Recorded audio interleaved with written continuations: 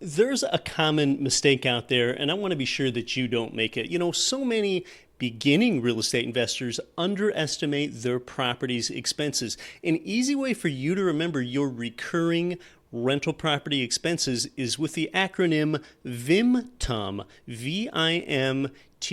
I want to go over what each of those letters mean. Profitable real estate investors are focused on monthly cash flow. Monthly cash flow is your rent income, and maybe you have some laundry or some garage income too, minus all of your property's expenses. So let's talk about these expenses, and you've got to run the numbers before you make a purchase decision. The numbers are simply income each month minus expenses each month on that property. And it better be a positive number, otherwise I don't buy the property in the first place. It's pretty easy for you to remember that you have a mortgage payment on a property, principal plus interest, because that's your largest expense.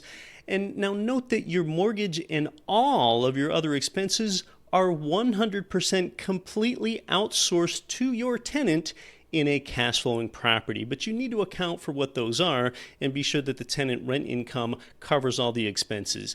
And an easy way for you to remember all of your operating expenses is with VIMTUM, VIMTUM. The first V is for vacancy. Your property is not always going to be occupied. Now, it depends on your property type, local job market, and more as to what your vacancy rate is.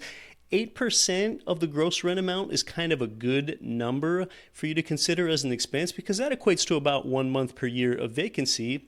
If you're in a strong job market, 4 or 5% might work. You're kind of guessing on that one.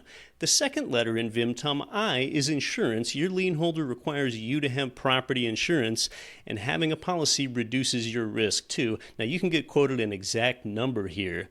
The third letter, M, is for maintenance. This is one that a lot of people underestimate. Monthly maintenance can be 3% to even more than 15%. And again, these percentages are as a proportion of your gross rent amount. And this is where you need to make your best guess based on the property age and the history and other factors.